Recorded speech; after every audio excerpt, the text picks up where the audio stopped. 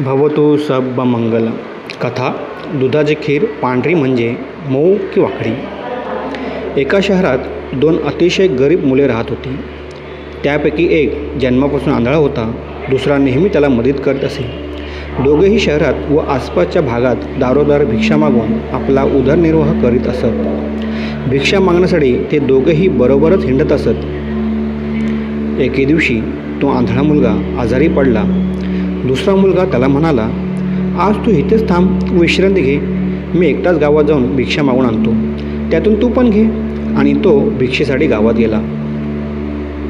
त्या दिवशी त्याला एका ठिकाणी दुधापासून केलेली खीर मिळाली.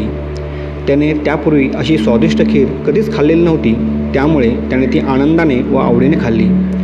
दुर्दैवाने त्याच्याजवळ भांडे नसल्यामुळे त्याला खीर तिथेच खाऊन संपवावी लागली. आपल्या मित्रासाठी घरी आणताही आले नाही. आपल्या अंध साथीदाराकडे परत आल्यावर तो त्याला म्हणाला, मित्रा, आज मला फारच छान दुधाची खीर मिळाली होती, पण दुर्दैवाने माझ्याजवळ भांडे नसल्यामुळे ती मी तुझ्याकडे आणू शकलो नाही. मला फार वाईट वाटले रे. अंध मुलाने त्याला विचारले, असू दे रे, पण दुधाची खीर म्हणजे काय आणि ती कशी असते ते तर सांग. अरे, दूध पांढरे असते ना, तशीच खीर पण पांढरी असते. जन्मापासून अंध असल्यामुळे त्या अंध मुलाला पांढरी म्हणजे कशी ते काही कळले नाही. त्याने विचारले, पांढरी म्हणजे कशी रे? पांढरी म्हणजे तुला माहीत नाही? नाही रे, मला नाही माहीत, तू सांग ना. अरे, पांढरी म्हणजे काळ्याच्या विरुद्ध. असं होय, पण काळे म्हणजे काय? त्याला काळे म्हणजे काय हेही माहीत नव्हते. अरे, जरा समजण्याचा प्रयत्न तर कर. पण अंदाज काहीच समजले नाही.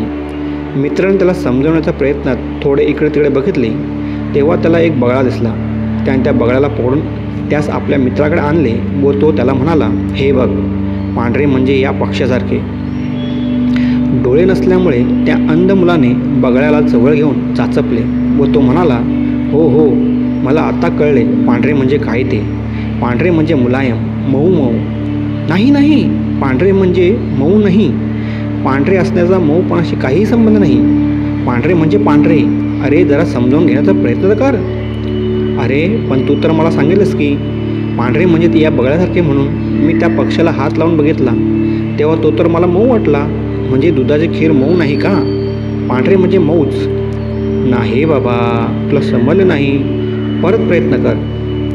अंध मुलाने पुन्हा एकदा बगळ्याला हातात घेतले व त्याच्या चोचीपासून शेपटीपर्यंत त्याने पुन्हा हात फिरवला. त्याचे सारे शरीर स्पर्श करून पाहिले. चोचीच्या टोकापासून तर शेपटीपर्यंत चाचपून झाल्यावर तो अंध मुलगा म्हणाला, अरे हो, आत्ता मला समजले. पांढरे म्हणजे असे वाकडे. दुधाची खीर अशी वाकडी असते तर? अंधाला पांढरे म्हणजे काय हे समजणे अशक्यच आहे, कारण पांढरे म्हणजे काय याचा त्याला अनुभव कसा येणार? पांढरे म्हणजे काय हे समजण्याची क्षमता त्याच्याजवळ नाही. आपणालाही हे खरे सत्य म्हणजे काय हे जाणण्याची क्षमताच नसेल तर त्याची प्रचिती कशी येणार? म्हणूनच ती क्षमता विकसित होईपर्यंत ते आपल्याला पांढऱ्या बगळ्यासारखेच वाकडे राहणार.